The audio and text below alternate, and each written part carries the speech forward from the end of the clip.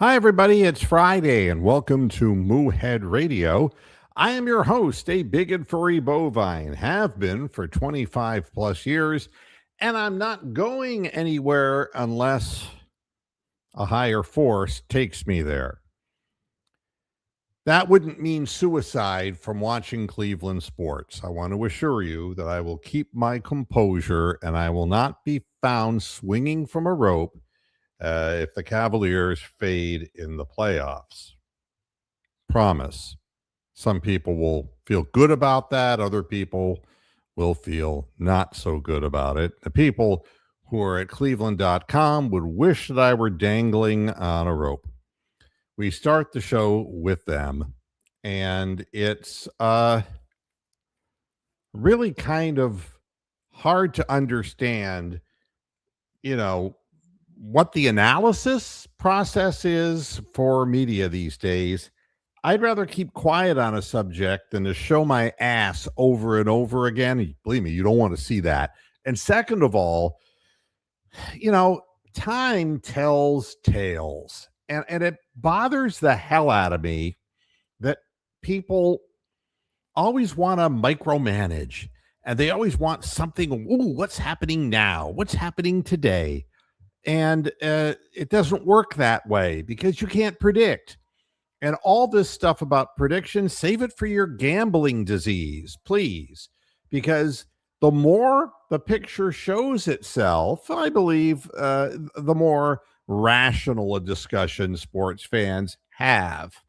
Now, that puts me in the minority. I understand the new generation is to do exactly what is in this particular headline, which is just remarkable. Todd Monken doesn't need a system, he needs superstars. And the Browns draft must reflect that. Who doesn't need proven superstars? Is this like an 8-year-old, like little Timmy Bartholow writing this article? What douchebag is writing this, by the way? The Orange and Brown Talk podcast. Seriously? He doesn't need a system. He needs superstars. You know, that's like saying we don't need people in the World Trade Center if it gets bombed, except for really fast people so they all get out. What kind of stupidity is this? You don't need a system. All we had under Kevin Stefanski was a system, and he talked about it like it was his dick. Honest to God, I got so damn sick and tired of hearing about his system and how he would plug systems with people at will into his system. And it just drags you down. Well, this type of analysis got shot in the foot today, and you probably know why. You know, you're trying to guess who's going to be the next this, the next that, and it never really works out that way because football is like any other dangerous sport. You know, great players can become cripples overnight. They can prove that they're not as good as people thought they were. That if you're a star at the University of Colorado, it doesn't prove you're going to be a star in the NFL. If you're Jesus Christ from the University of Colorado, it doesn't mean you can walk on water, that you can play multi positions in a game. I'm going to be on offense and defense. And to have to sit through this every fucking year, people online saying, if the Browns don't trade up for Travis Hunter, and nobody will ever stand behind what they say. That's the thing that bothers the hell out of me. If you really believe it and you take the time to write it on social media, then at least explain yourself when you turn out to be wrong. Oh, we needed a wide receiver and we didn't get a wide receiver. We missed on it. How could you whiff on a sure thing like Travis Hunter?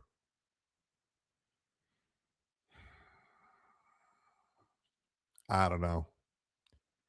If you didn't hear and you're living in a cave, Travis Hunter is 22 years old. He got injured last year. They wanted to play him both defensively and offensively at the same time. He played over 60% of his snaps offensively and around 40% defensively. He's a cornerback and he's a big wide receiver. But you know what's the interesting part? The Jacksonville Jaguars have a plan to use him differently this year. He's only going to be a cornerback. He ain't going to play wide receiver. They may slip him into a few trick plays. So basically, what they're all telling us is he's a better cornerback than he is a receiver. And the deal that the Browns made with them, the Browns were the winner. They didn't just jump into the draft, say, we're going to grab him. We're going to give away everything else that we have. And I'm not saying the Browns are the best drafters in the league, far from it. But can you imagine?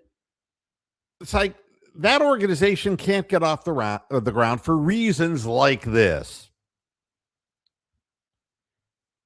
They give us a better cornerback and they would take on a lesser guy like Newsome. This is an organization that, since it's been deployed into the NFL, has really been nothing.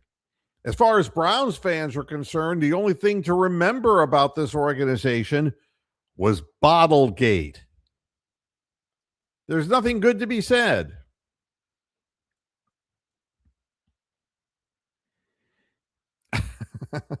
Rick. Oh, God almighty.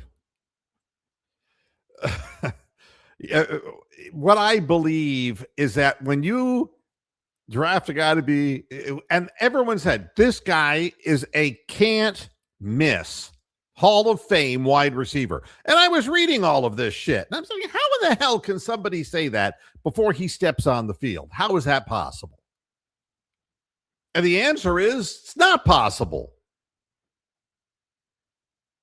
And it ain't going to happen now. The guy's a better cornerback than he is a wide receiver. Wait till he plays cornerback full time in the NFL and he has to go against speed. That big body of his, that was supposed to be his ticket to greatness in the NFL. Not going to happen now. And as for the Jaguars, they got themselves the most expensive top pick, number 2 pick, in what could be the biggest bust of a draft they ever had. Unbelievable. It's how quickly it changes.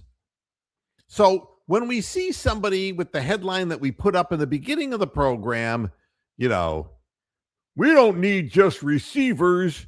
Fuck the system. We need superstars.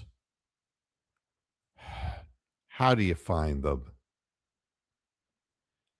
And I'll put this one up too. I, for the life of me, can't understand what the thought process is with these people. I really can't. And I'm going to throw up another, and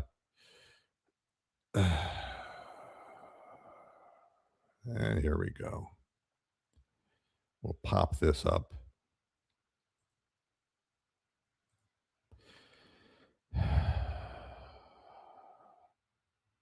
The Browns need more than just guys. They need dudes. You hit a dude with a fucking automobile and he's dead. We need dudes. How shallow are these people? How shallow are they? dudes who can make plays. No, you can't make plays if you don't have an offensive line to protect the quarterback. No, you can't. You won't get downfield and the quarterback will be on his fucking back. Stop this. God, it's just annoying as hell. Just annoying as hell. Take it away from me. God, that makes me want to puke. And this is the press? These are the people who will take your money for a paywall? This is what fans want to hear? We hired Todd Monken because we needed a different system, folks. The old one wasn't working. If you're a real Browns fan, you will realize that it wasn't working. What Todd Monken needs more than anything is an offensive line and a running game. Fuck the rest of it right now. You're not going to get it all at once. It doesn't work that way.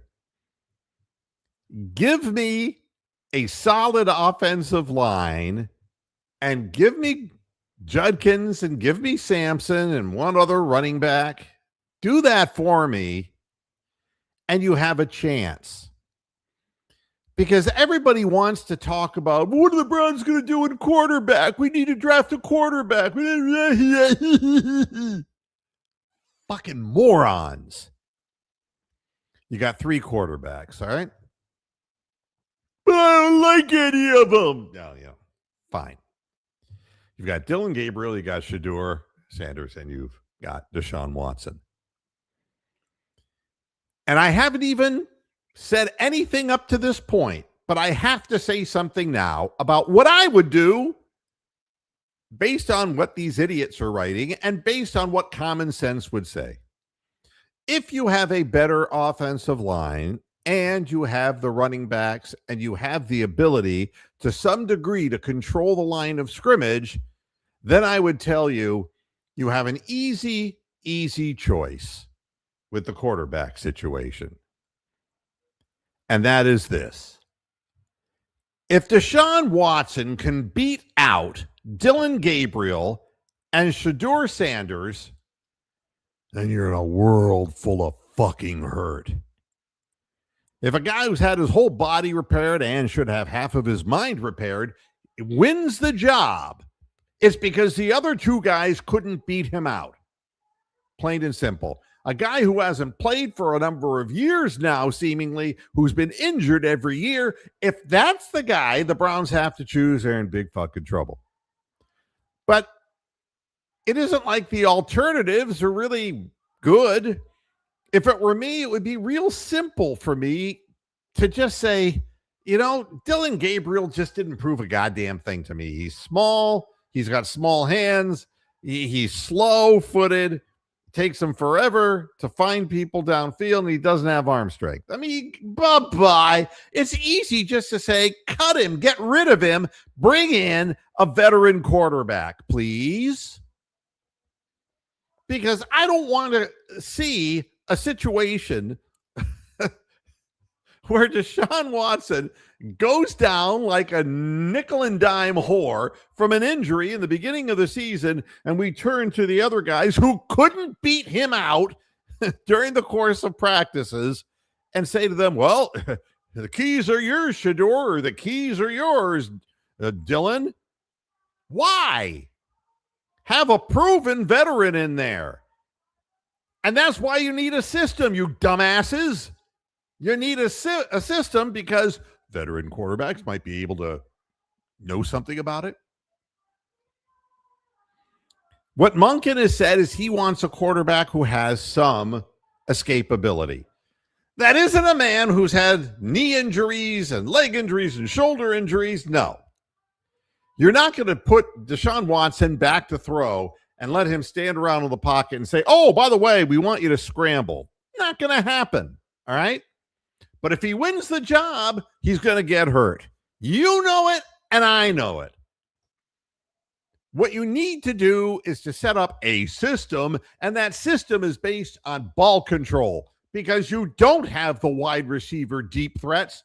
You've got to be able to control the line of scrimmage first and foremost to be a professional football team. That isn't hard to figure out, folks.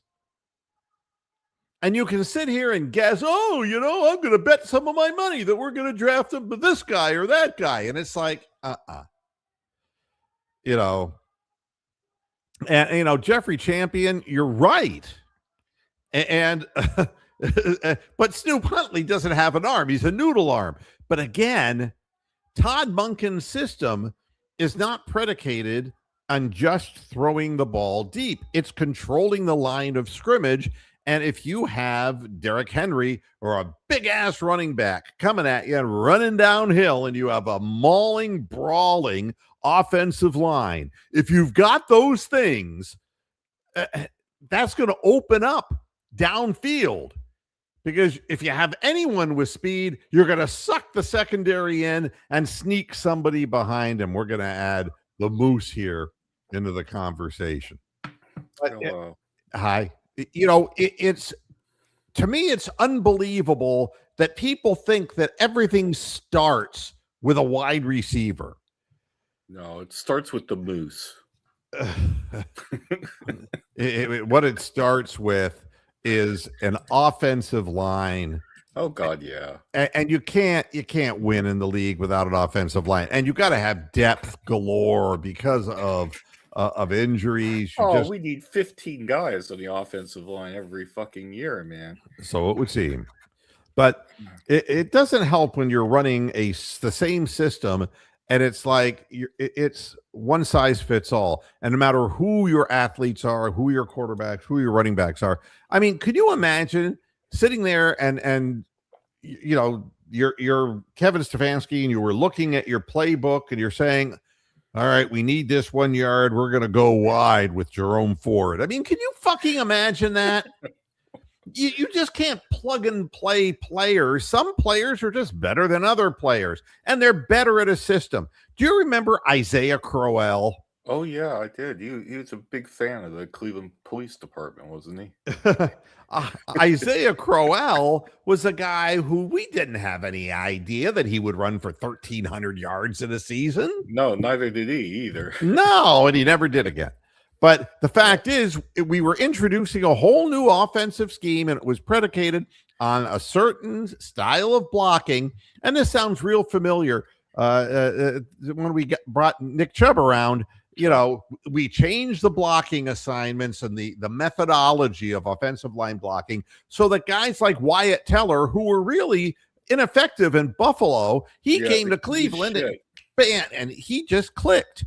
So the system has everything to do with it, you putzes. And wide receivers don't have you know what wide receivers are? They're beneficiaries of how much time your quarterback has to throw the fucking football. Let's just get real about this. Absolutely. That is about as real as you get on this program. I mean, and I get really tired of saying, there's trick plays. We've seen trick plays pouring out of Kevin Stefanski's bunghole. And it never fools anyone. If you can't go straight at somebody and dictate, then there is no trick play out of that. Yeah. Then you just suck, and you're going to be a cellar dweller. That's just the way it works. Yeah. And, so the whole notion that one pick, we can get a wide receiver who's prodigious and prolific, it's great that we got Ozzie Newsome. He was a top number one pick for the Browns, right? He was indeed. Paul Warfield. That's who that I think of. But the fact of the matter is that, do you really think that he would have been effective if Mike Phipps remained the quarterback? Do you think he would have been real effective? If Sam Bertigliano hadn't have implemented a downfield offense, do you think that he would have been effective if they didn't have Mike and Greg Pruitt at the time? All of that stuff goes hand in hand. The Browns don't even have broken pieces of an offensive line last season and the season before. That they had no offensive line whatsoever, and by the end of the year, we're playing guys who had no business out on the field. Yeah, the UFL guys that we were playing. and the quarterbacks were going to get slaughtered. So let's be a little patient, fellas and ladies, and say, Todd Monken has to show us what his system is. Now, if we see ourselves getting stoned at the line of scrimmage, and I don't mean with, hash, I mean, if you're different hash marks on the field. Yeah. Yeah. Yeah. I'm talking about just getting hammered at the line of scrimmage and there are no holes, then it doesn't matter who you're handing the ball off to. These guys aren't strong enough. I mean, you've got to have an initial hole so that you can have that second move. You got to get through the first, and then you got to have that second move that gets you downfield for more substantial yardage. If there's no hole there, you ain't going nowhere. These guys are too fast and too strong in this league on the defensive line. Look at a guy like Myles Garrett. Yeah. He's coming and he ends up leading the league again in sacks. You know what you have to do, and you still can't do it. It's a superior physical league than it used to be. Yeah, the thing that no one ever really says, and this will be the Moose Speaks part of the program here, is that defenses and the defensive athletes have gotten better over time compared to the offense.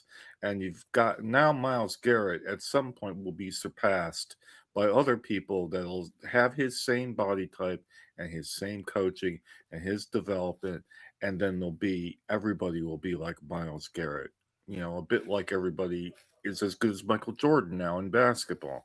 So yeah, that's coming, and the offenses haven't adjusted. The scoring is down, and teams are getting their star offensive players injured and killed. So defenses are in the ascendancy. Everything comes down to whether and look, let's be honest about the AFC North. Let's be serious about it. It's not like any of these teams. I mean, if Cincinnati had great receivers like T. Higgins, and they have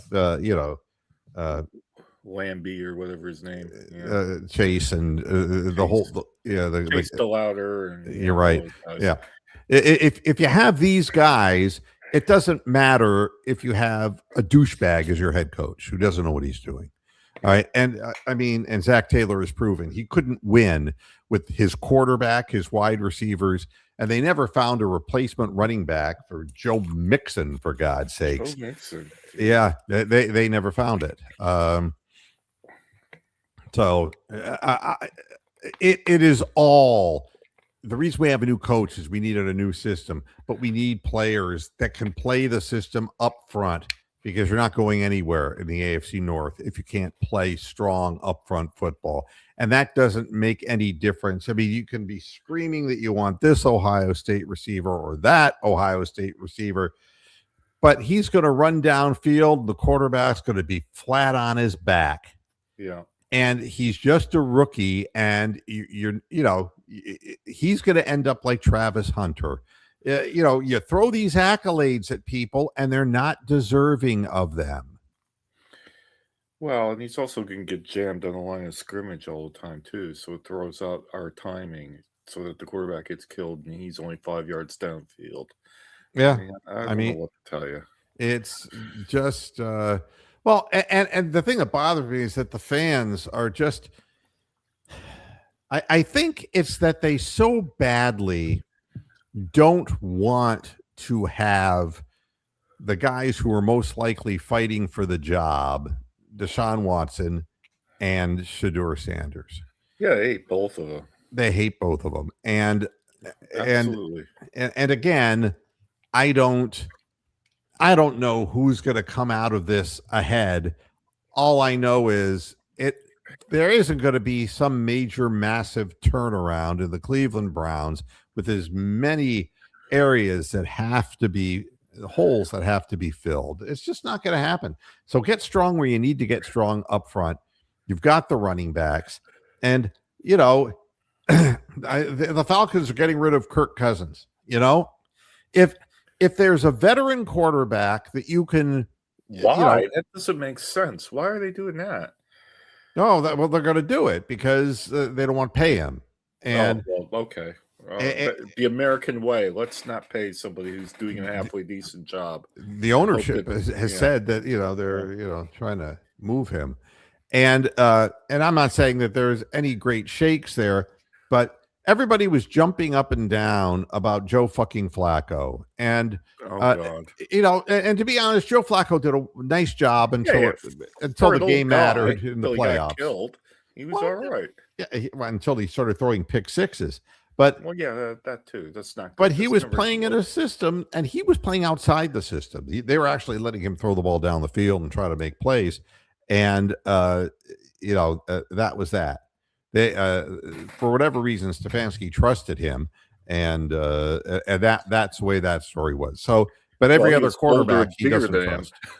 Yeah, well, he doesn't. Stefanski doesn't trust the other quarterbacks, and Monken will choose the guy who's best for his scheme. But is he going to be the quarterback of the future? Nah, I don't see this with any of these guys. But you got to get a sound system first, or you can do what they did to Terry Bradshaw, who had a great Hall of Fame career, but in his first season won one game and got thrown around, or Troy Aikman, the same thing. Yeah. You can put somebody out on the field with a shite team and get his head, and pray to the baby Jesus that he doesn't get a career-ending injury, Yeah. Jeffrey is saying that Cousins is already gone. He's gone. He's gone. He's gone. Notes. Yeah. To the Raiders. Well, that's where people go to die. Are they the Sacramento Raiders, or is that the Athletics? I don't know. I've lost track. Yeah, I know. It's the Eureka Raiders. The Reno Raiders. They moved from Eureka. Eureka. So, but I mean, there's going to be a veteran quarterback that they go to, and I really think that there has to be. You can't have an old dude. He's not really old, a 29, 30-year-old injured guy who used to be a big yardage thrower, playing for a coach who wants movement and mobility in his quarterback and has no downfield wide receivers. All right.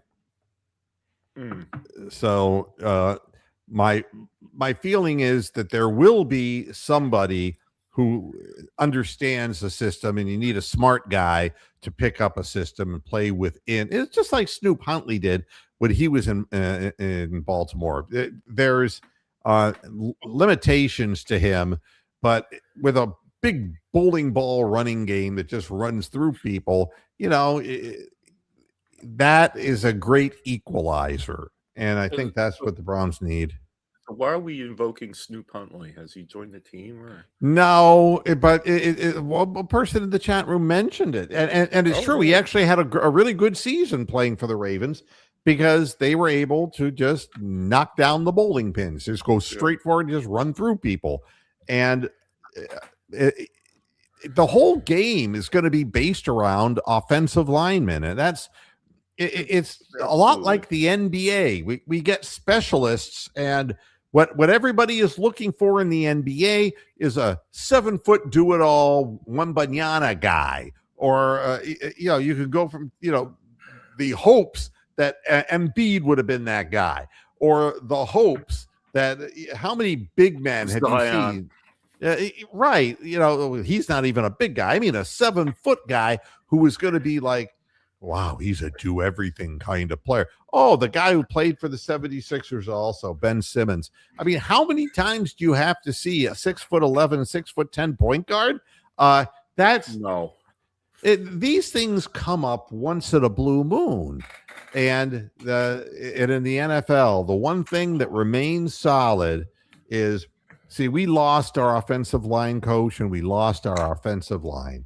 And and it's as simple as that. There was no motivation, no teaching going on. The guys were broken down and injured, and we had to replace them with lesser talent.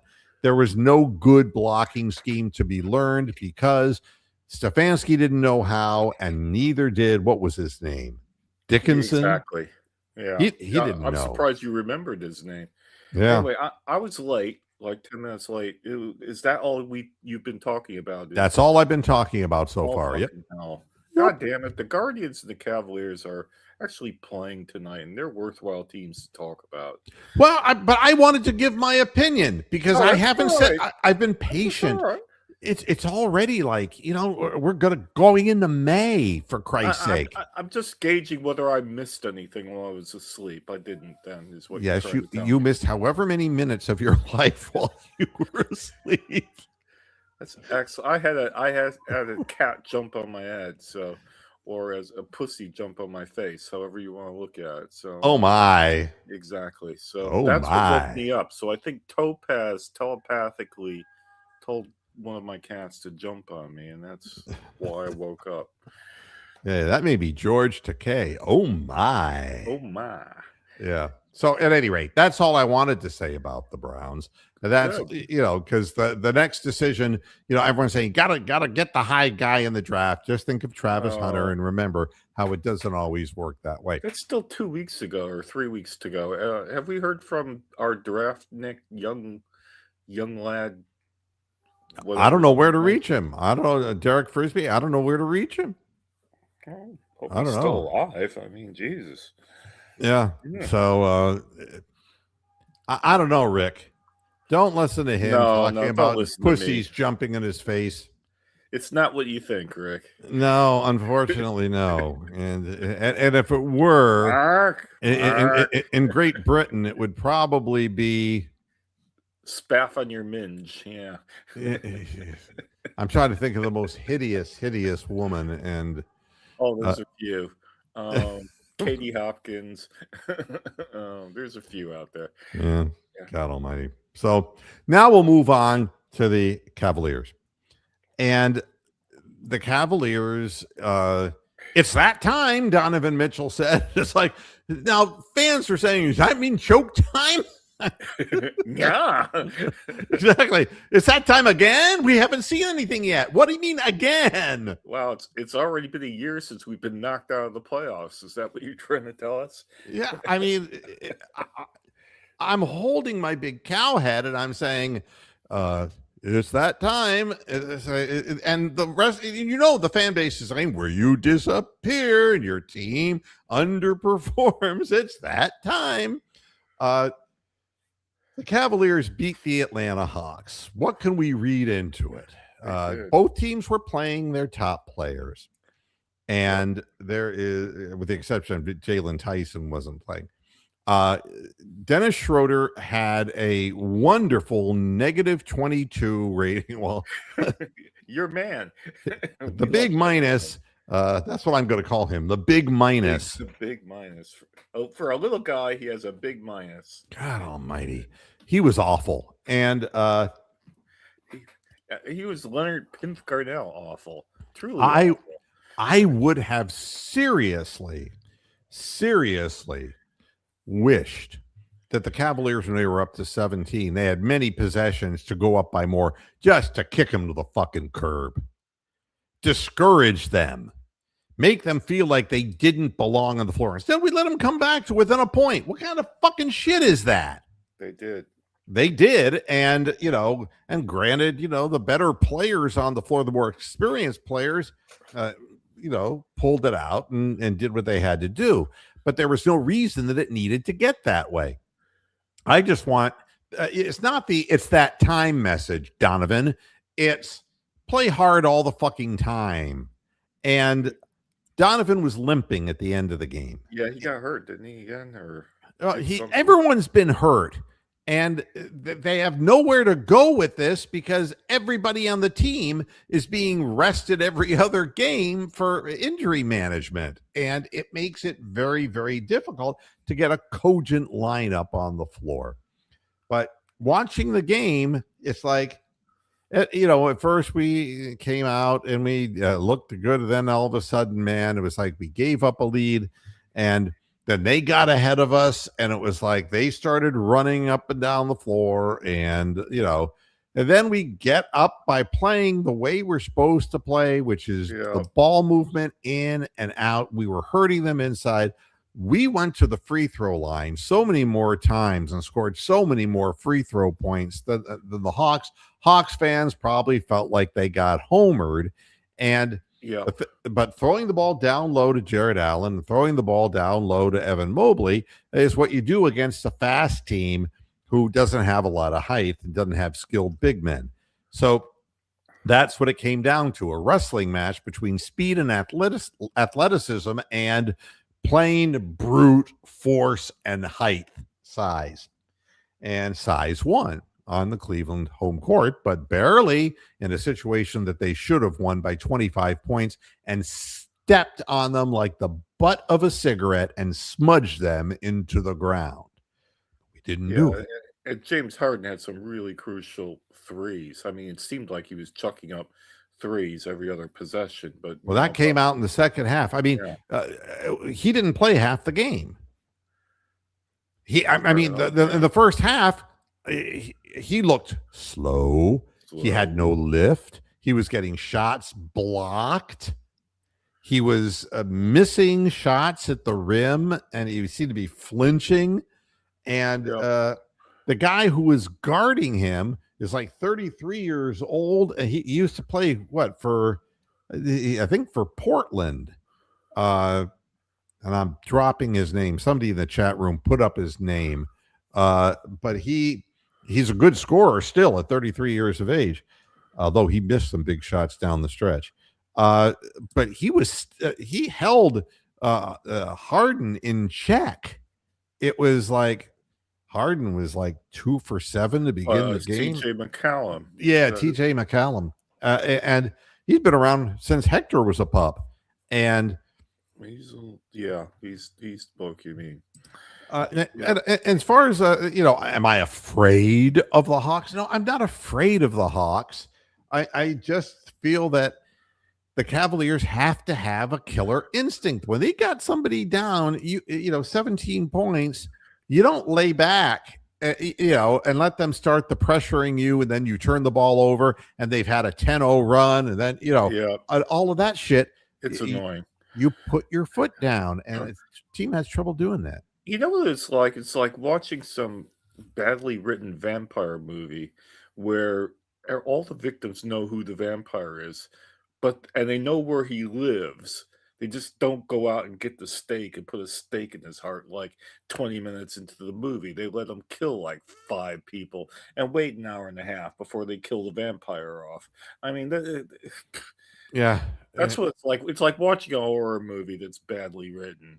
And the other thing for Kenny Atkinson, lose Schroeder. Just lose him. It's not necessary that this little mighty mite goes out on the floor and he is lackadaisical. He's got a shit-ass attitude, and has to be held back from getting constant technical fouls by his own teammates.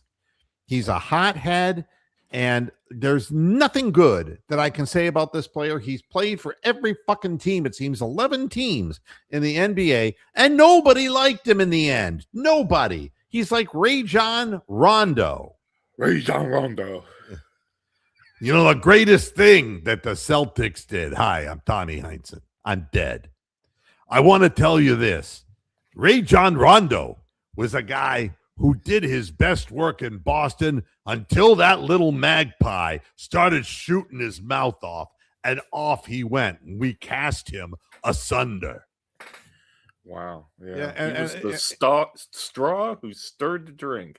Try saying that fast. Yeah, that's what they said. But what else he stirred were some bad emotions inside the clubhouse. Not good. Anyway. So the Cavaliers play them again, but this time it's going to be different. The Cavs will be without Donovan Mitchell, right ankle injury management. He was limping at the end of the game. Jared Allen, right knee injury management. He was playing like Ginger on the Gilligan's Island. Sam Merrill, left hamstring injury management. I can't shoot anymore. I can't shoot because I got hurt. All right. Or Johnny Cash, I will make you hurt. And Thomas Bryant, a left calf Thomas strain. Bryant, not the calf sprain. What's Tony the Calf doing to these players? I don't know. And now, Jalen Tyson, who hasn't seen the floor in God knows how long, is listed as questionable with the bone bruise in his left big toe. I don't know how many different ways they can describe a big toe injury or a toe injury without it being bad fucking news. That's the bottom line. And he hasn't played. And when he tried to work out the other day and run through a practice, it was aggravated. It's not going to go away. And neither will Darius Garland's. Hello, people in Los Angeles. Wake up. I know it's West Coast time out there and it's earlier, but it's later than you think. Wow. This shit doesn't go away. I still say they need to look at redesigning his shoes so that these things don't keep happening. You know what they need to redesign? What? The fucking game. The whole fucking sport. This is ridiculous. Every team now is bringing players who are greyhounds. It's funny. Up in Ohio, where we live half the year, there's a great guy up there who owns a greyhound. Not a bus, a dog. Yeah, I had a friend who owned a greyhound. I won't tell you what happens to them when they... Well, anyway. Yeah, well, this particular greyhound was like so many others. It was a racing dog. Correct. Because they breed these, for racetrack. Killing rabbits. Yeah, I mean, just literally, it's like horse racing, but it's with, absolutely. And if you've ever been up close, I've been to greyhound racing. Actually, I've seen it in person. If you've been up and close to the dog itself, you can see how it's bred specifically for that, and it can snap a tendon any fucking minute. I mean, It's this dog was rescued because when they're done with them, they dispatch them. They can't run anymore. Fuck you. They Nick Chubb the dog, right? Get out of here. You're of no value to us anymore. They're just like Jimmy Haslam and all the other 31 owners in the NFL. You're no good to me anymore. You're injured. Fuck you're no good to me, crippled. Yeah. And we're not going to pay your hospital either. So this is what's so lovely. But this is a greyhound sport. People are going out to get the fastest, most agile people. And they're saying, run down the court as fast as you can and go for the slam dunk no matter what. And if a guy undercuts you, die. Whatever. We've got another one who's willing to do it. Yeah. More injuries in this league that you could point a stick at. Every team in the league has suffered major damage to major players. Yeah. And it wasn't like this before, but people are tearing out their ligaments and their knees. They're getting these horrible toe injuries. They're getting foot injuries. Nobody's really healthy. No. And at any minute, you can Tatum your way out of the fucking lineup because you'll tear your ACL, out of the clear blue sky. Yeah, the Achilles tendon, that's the best one. Yeah. Going up and down the floor, and there's no padding. It's not even fucking grass. It's fucking hardwood.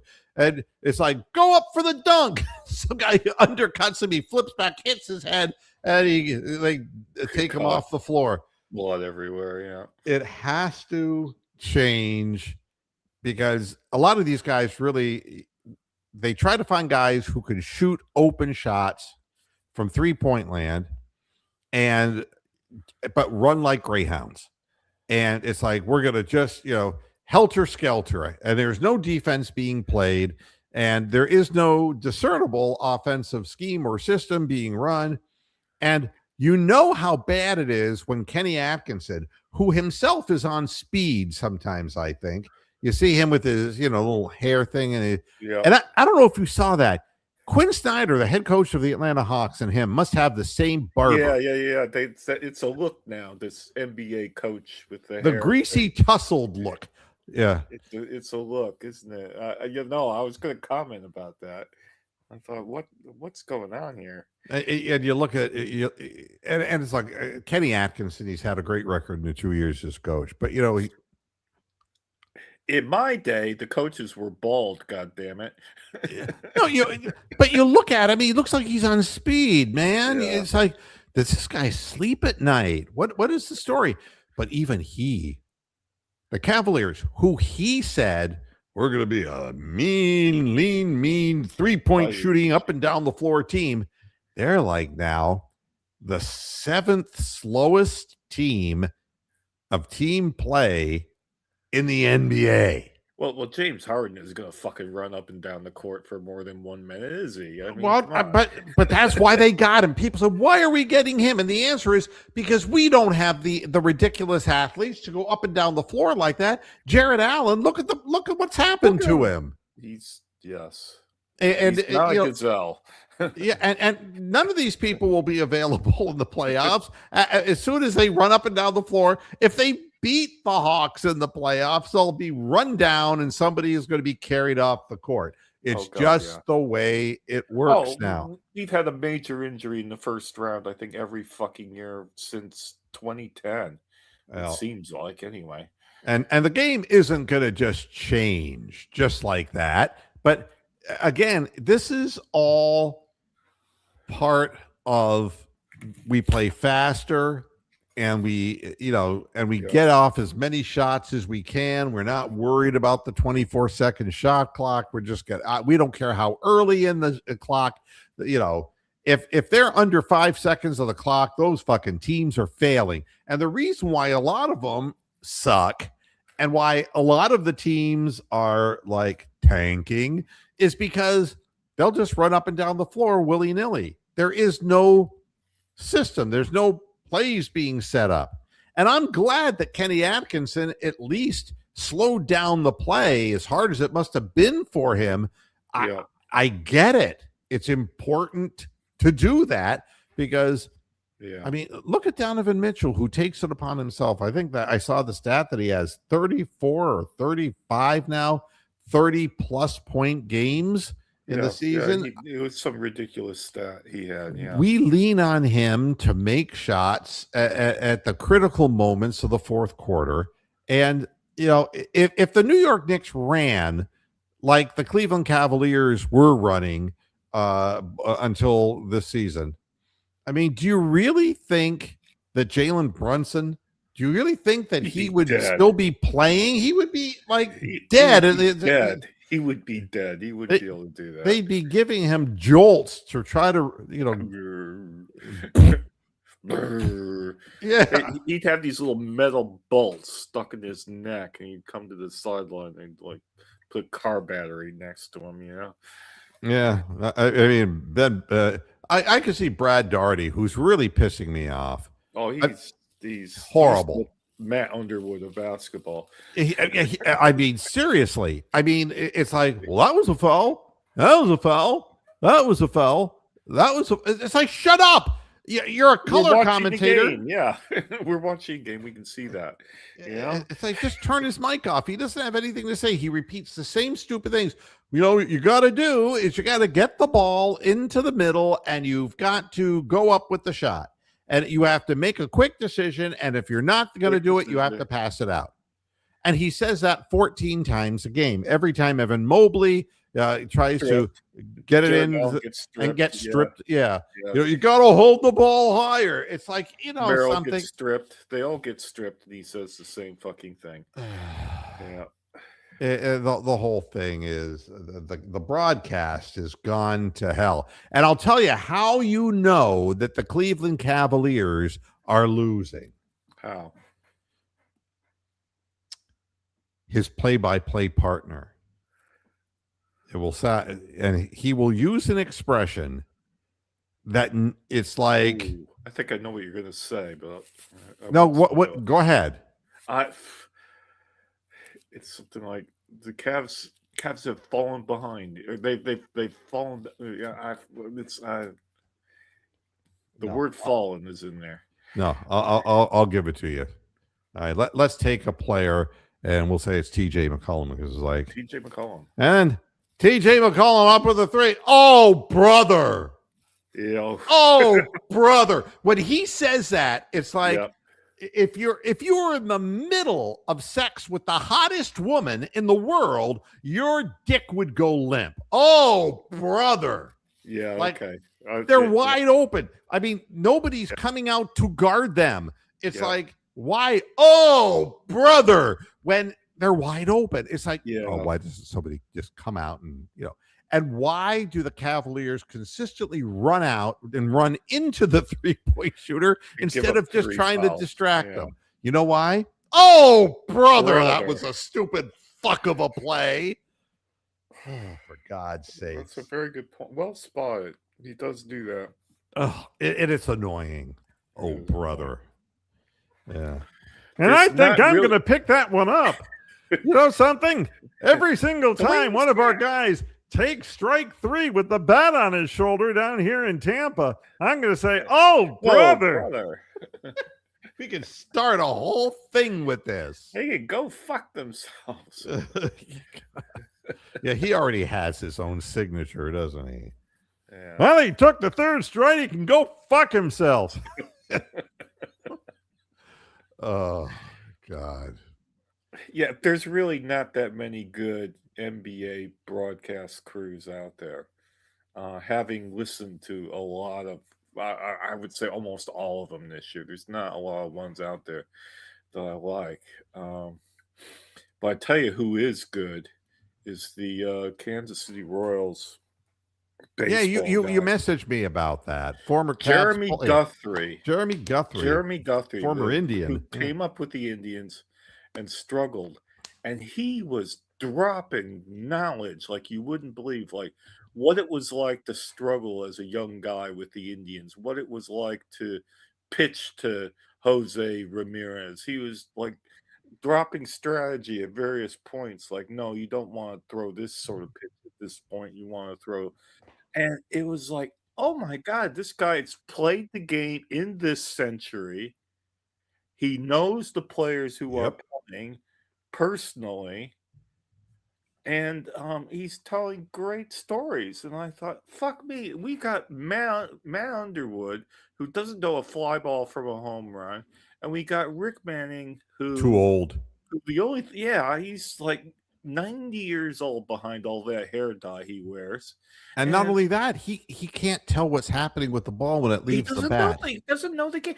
That the Royals guys, Guthrie and the other main announcer, who is an older guy, who's probably in his 60s, they actually knew and talked more about the Guardians than Manning and Underwood ever talk about the other team. They'd never do any homework against the other team. It's always like, let's talk about the Guards players every second of the thing. And they say nothing about the players on the other team, what they're like. You know, oh, I knew him and we were growing up together in AAA or AA, and you know, and they'll tell a story. I mean, there are these young guys out there who would, I'm sure, ex-players, you know, guys like Richard Jefferson in the NBA, that are good enough to be broadcast guys who know these players, and they're not fucking given a chance because nobody wants to get rid of these 75-year-old punks that are still in these announcing chairs. Well, to me, I mean, the broadcast side is important to me, and Absolutely. and there is knowledge to be had.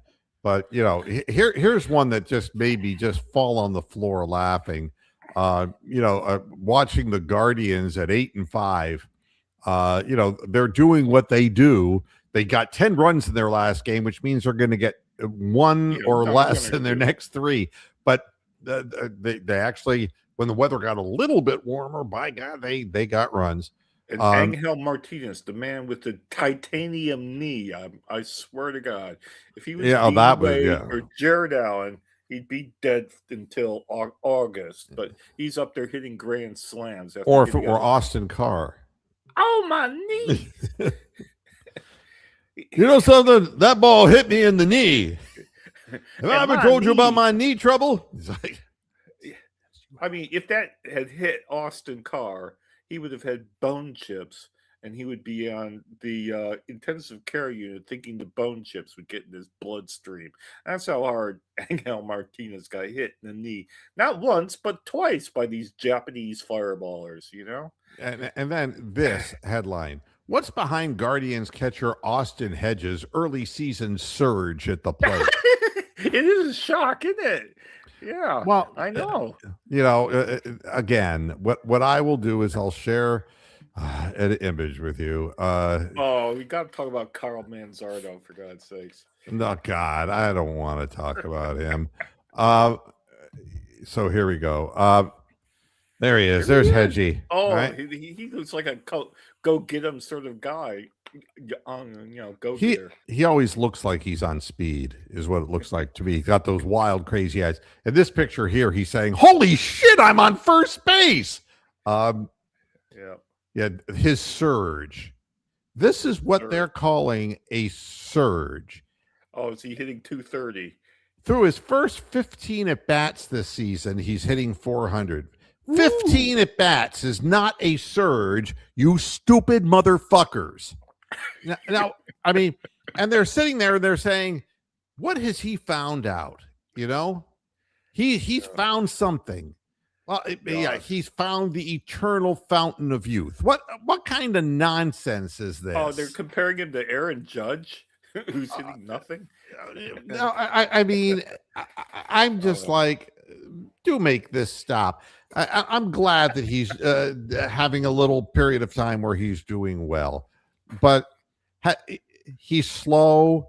But you know, they're hyping him because everyone's sick of Bo Naylor. They're sick of him Yeah, he stabbing lost at the that ball game. backhand instead of blocking balls, and he's a disappointment. And Bo Naylor is never going to be a hitter. He's just it's not going to happen. Play, that game and that they lost 4-2. That was the key play of the game where he passed ball to strikeout and the guy got the first. But he's been doing it for years. You know the rule on that? The Royals guys explained this too.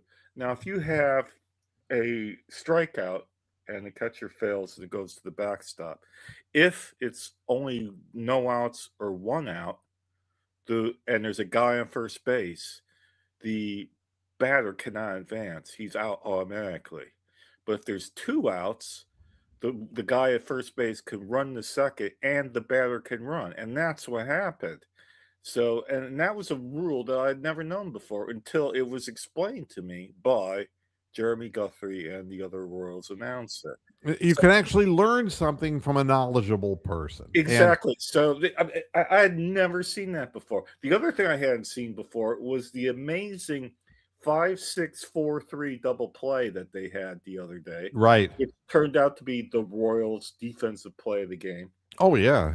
And they explained that sort of double play had not happened in the major leagues since like 1995. They've actually dug out this crazy stat that there had not been a 5-6-4-3. I was like astounded. Like, you know, instead of hearing Manning and Andre Knott bicker about stadium food or something. Yeah, I was Andre actually Knott, make that I was stop. actually hearing Good fucking God. knowledge. I thought, damn, I'm 65 years old, and I never really understood that rule about if there's a guy on first base, then the batter's automatically out. I didn't know that. So, And I was glad that Angel Martinez finally got his opportunity because I've been screaming about this player. well, he should and be batting second if he's. but he needs consistent at bats, and you can't just put him. I mean, at this point, let's be honest. The whole idea of playing Quan in center field instead of where he won a Gold Glove in left field, Yeah. right, is it doesn't make a whole lot of sense to me. And then who are you playing out in right field? That you're moving Schneeman around, and it's like one way or another, Schneeman will be in the lineup. Mr. Cotter, Mr. Cotter, Mr. Cotter. Yes. Schneeman. Now, here's another stat that got tossed out on the Royals broadcast. Did you know that Schneeman was a Gold Glove finalist? And you're going to say, Mr. Moose, how is that possible that Schneeman was a Gold Glove finalist last year? And did you know that there is a Gold Glove for the utility guy? No. That if they actually play a certain number of positions, they can qualify for a Gold Glove as a utility guy. And Schneeman was a finalist for that last year. Isn't that like a participation award? I had never heard of it before. Neither have I, and I don't want to hear about it anymore. Ask anyone in the chat to look that up, and I'm sure that will be true. Yeah, just But you strange. would never have thought that, would you? Well, but I am happy. The pitching looks good. And we're, the fact that we're down relief pitchers and we're still getting the job done is nice to see. We're off in Atlanta to play But why are the we Braves. playing the Braves for? Interleague play is such a big douche of a waste of time. Yeah, well, I tell you, it's a tough place to win.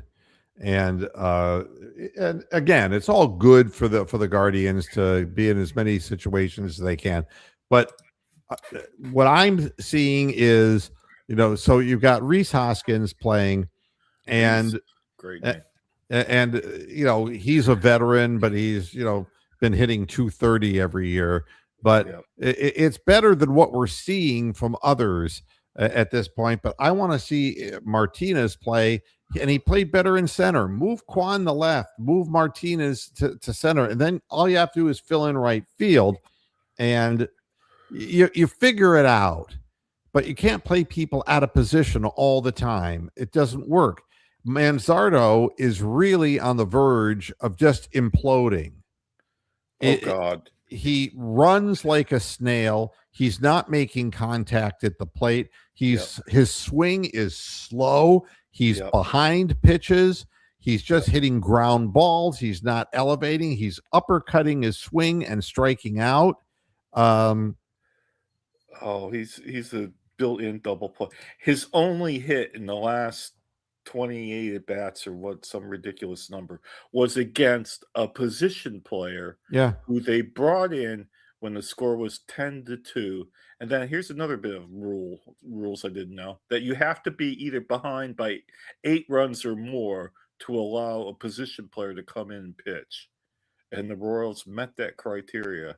And that's why that guy was throwing 54-mile-an-hour pitches.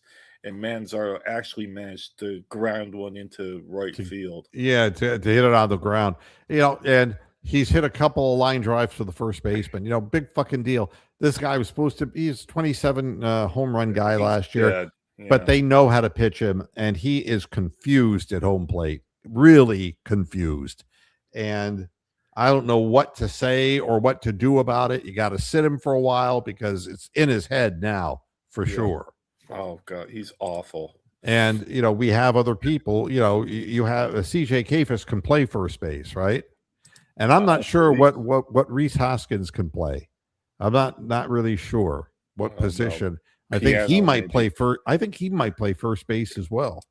That's but I'd rather see Kafis get an opportunity, but not and not in left field.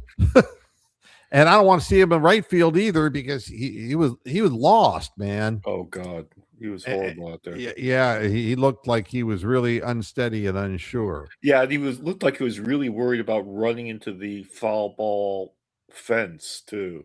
I mean, you don't want a guy that thinks they're gonna, doesn't know where the warning track is and doesn't know where the field dimensions are, and that's what it looked like to me he was doing. Another amazing stat I learned. I mean, see, this is all from this broadcast. The Dodgers, right? They're 9-3 now.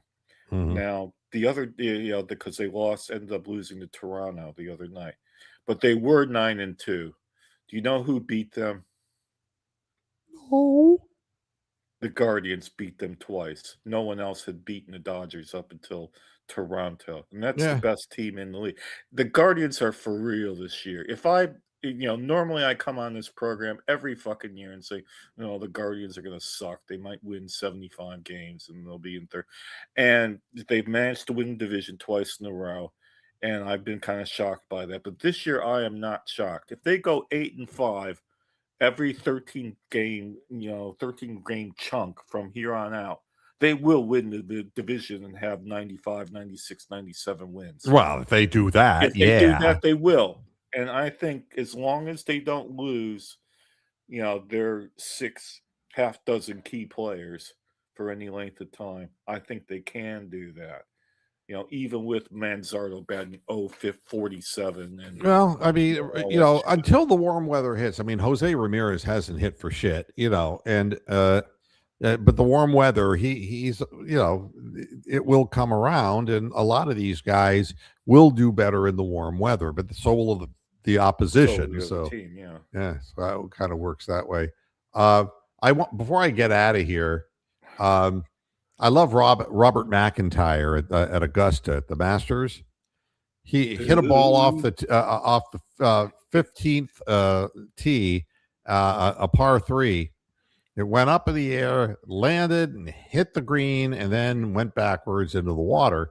And I love that. I laugh my ass off. when that happens. and you know what he did? He turned to the water and went like this. Fuck you, water. And so now he's getting disciplined, Oh, no way. And absolutely, I don't understand it myself. It's fuck you. Yeah, I would say go fuck yourself, water hazard. Yeah, but I could see, oh, Robert McIntyre. Oh, you can't do profanity on a golf course. If you're Tiger Woods, you can kill people in automobiles. But yeah, on and on and on it goes. That's amazing. I mean, everybody who goes on the golf course fucking swears. I mean, other than the pro guys, isn't it? Yeah, and this I don't think so. I don't think they can help each other. I do want to get out of here, but I do have a few other things. The Broncos owners have purchased 40% of the Rockies.